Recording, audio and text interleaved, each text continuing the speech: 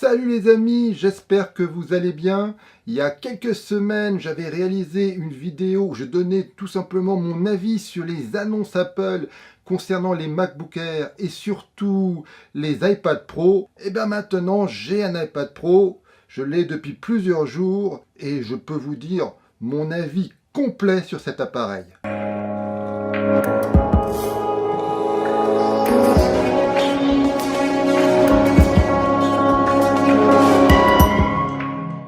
Alors voici l'iPad Pro. Alors comme on peut le constater, il est vraiment très fin. Le dos est en aluminium, il est léger, surtout comparé au précédent iPad Pro. Et j'ai pris un grand format, celui de 12,9 pouces, car c'est le format qui me convient le mieux, puisque pour moi cet iPad Pro, c'est mon ordinateur portable. Alors il reprend le design des derniers iPhones, des iPhone 10, 10S, 10S Max, c'est-à-dire qu'il n'y a plus le bouton Home. Le design général ressemble à l'iPhone 5, c'est-à-dire que les bords sont assez anguleux et franchement je trouve l'appareil, ça fait vraiment moderne, je le trouve vraiment superbe. Le design est une réussite complète. Maintenant, on va passer au niveau des fonctionnalités de cet iPad Pro. Alors, comme il n'a plus le bouton Home, eh bien, il se déverrouille comme les derniers iPhones, c'est-à-dire qu'il faut le regarder. Donc, on va faire un essai. Je regarde l'iPad, je le déloque et ça marche. Et en plus, j'ai mes lunettes de soleil. Vous avez vu qu'il n'y a pas de problème. L'iPad m'a reconnu. À l'opposé des derniers iPhones, ce qui est intéressant, que ce soit à la verticale ou à l'horizontale, l'iPad va vous identifier. Alors il a un écran LCD, que Apple appelle l'écran liquide de Retina. C'est exactement le même écran que l'iPhone XR. En termes de puissance, c'est plus ou moins l'équivalent d'un MacBook Air 13 pouces. Donc pour une tablette, c'est ultra puissant. Moi, je me sers avant tout des iPad Pro pour travailler. Je crée vraiment tout là-dessus. C'est-à-dire que le montage de mes vidéos, les retouches de mes photos, la création de mes vignettes pour YouTube, je fais absolument tout sur l'iPad Pro. À vrai dire, je pourrais vraiment tout faire dessus et de plus me servir de mon Mac. C'est pour cette raison que j'ai vraiment besoin de puissance et de cette surface d'écran de 12,9 pouces. Derrière, comme on peut voir, il y a donc un objectif d'appareil photo avec un flash. La qualité des photos et des vidéos, donc les photos c'est du 12 mégapixels et la vidéo ça peut aller jusqu'à 4K 60 images secondes. Grosso modo c'est la même qualité que l'iPhone XR. Par contre, et ça c'est important de le savoir, il n'y a pas de stabilisateur optique comme dans l'iPhone, et pourtant les précédents iPad Pro avaient ce stabilisateur optique. Pourquoi il n'y en a pas dans celui-là? Mystère.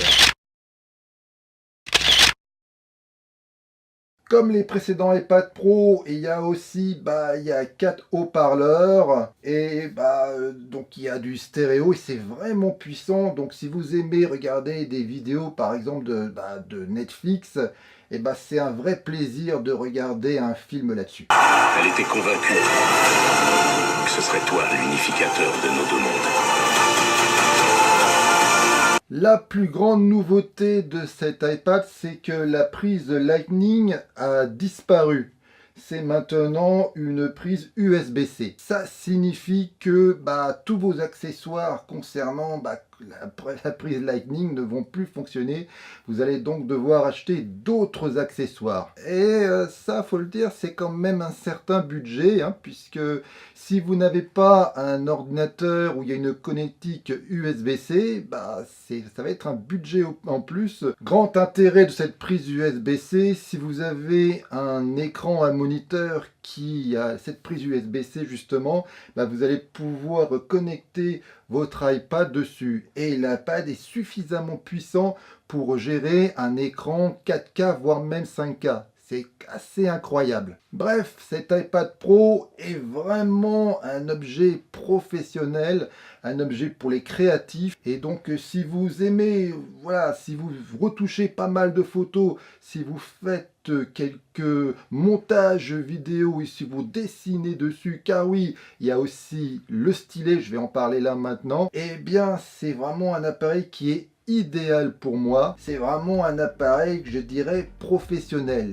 mais il y a quand même des limitations. Donc accessoire important, eh bien c'est l'Apple Pencil. C'est la version numéro 2. Alors il est oui, il est plus petit que le précédent, il est aussi plus léger et je trouve qu'on le tient mieux dans la main. Grande différence concernant cet Apple Pencil, il est aimanté. Donc vous pouvez le fixer, le coller à l'iPad, comme ça vous ne le perdrez jamais. En plus, ce qui est intéressant, lorsqu'il est aimanté à votre iPad, il se charge automatiquement. Vous n'avez plus à le mettre comme avec la précédente version, et le fixer au cul de l'iPad, ce qui n'était vraiment pas esthétique et on va dire vraiment débile. Là, ça se charge et alors ça se charge vraiment rapidement, plus ou moins une demi-heure, et bien vous le chargez à 100% et ça c'est vraiment une super bonne chose. En termes de confort pour écrire ou pour dessiner, ça il n'y a plus à le dire. L'Apple Pencil est un des meilleurs stylets qu'il y a sur le marché. Donc si vous êtes un créatif et que vous utilisez beaucoup, vous faites beaucoup de dessins, c'est un objet, un outil idéal. Je continue cette vidéo dehors car vous l'avez remarqué que chez moi ça commençait à déconner au niveau de la luminosité. Donc vous l'avez compris, pour moi l'iPad Pro est vraiment un excellent produit créatif. Le design est superbe, l'écran est magnifique, c'est un appareil vraiment puissant et donc pour faire des retouches photos, des montages vidéo, faire du dessin, faire un peu de bureautique, c'est largement suffisant. Et puis iOS 12, le système d'exploitation de cet iPad, eh bien, devient un outil de plus en plus professionnel, on peut de plus en plus travailler avec, on peut faire du multifenêtrage, on peut gérer plusieurs fichiers dans un même dossier, donc vraiment ça devient un outil vraiment, oui je me répète, créatif et de plus en plus intuitif et percutant pour bosser. Alors bien sûr, rien n'est parfait. Il y a une prise USB-C, ce qui peut être intéressant, mais malheureusement, cette prise USB-C ne gère pas les disques durs externes. Donc, vous devez envoyer vos photos, vos vidéos différemment. Et ça, c'est vraiment dommage. Apple, il faut faire quelque chose. Il faut que cette USB-C puisse être connectée à un disque dur externe. C'est pas possible. Dites-moi dans les commentaires si une tablette, les tablettes en règle générale, c'est pour vous aussi un outil créatif ou tout simplement un outil de consultation pour naviguer sur le web et regarder des vidéos. Bref, dites-moi tout ça dans les commentaires. Likez la vidéo si vous l'avez trouvée intéressante. Et moi, je vous dis à une prochaine fois. Allez, bye!